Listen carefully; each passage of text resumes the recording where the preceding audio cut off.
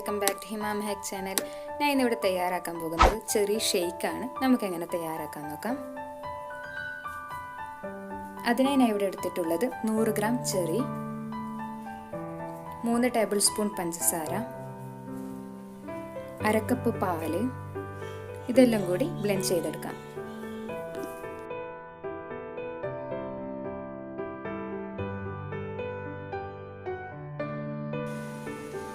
Blend ചെയ്തെടുത്തിട്ടുണ്ട്. ഇനി അതിലേക്ക് 1/2 ലിറ്റർ കട്ടപ്പാൽ ആഡ് ചെയ്ത് ബ്ലെൻഡ് ചെയ്യുക. ചെറി ഷേക്ക് ഇവിടെ തയ്യാറായിട്ടുണ്ട്. ഇത് സെർവ് ചെയ്യാം. എല്ലാവരും ട്രൈ ചെയ്ത് നോക്കണം. ഇഷ്ടപ്പെട്ടാൽ ലൈക്ക് ചെയ്യുക, ഷെയർ ചെയ്യുക, സബ്സ്ക്രൈബ് ചെയ്യുക.